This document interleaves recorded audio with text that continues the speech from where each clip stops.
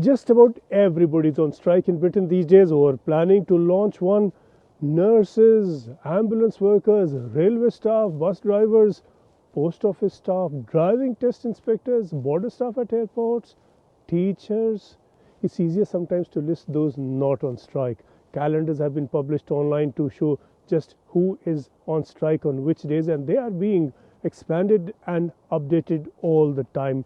Britain has never quite been struck by strikes like this in a long time. The strike by medical staff, of course, is the one that creates most concern.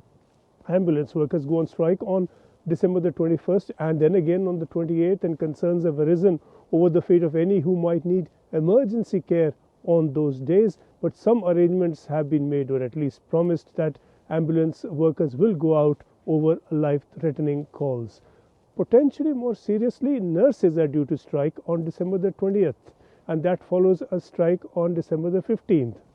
The first strike affected about a quarter of hospitals across England, but again, some care was taken that emergency care and serious patients will not suffer.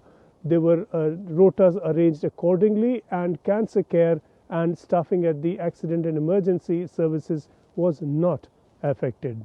Nurses have already been given a 5% pay rise, and the lowest paid at least £1,400 a year more. But in the face of biting inflation, they say that is not enough.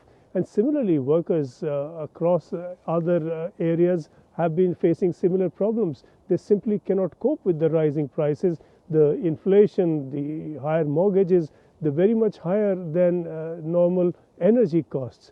It's a difficult winter in Britain, and not just because of the cold spell.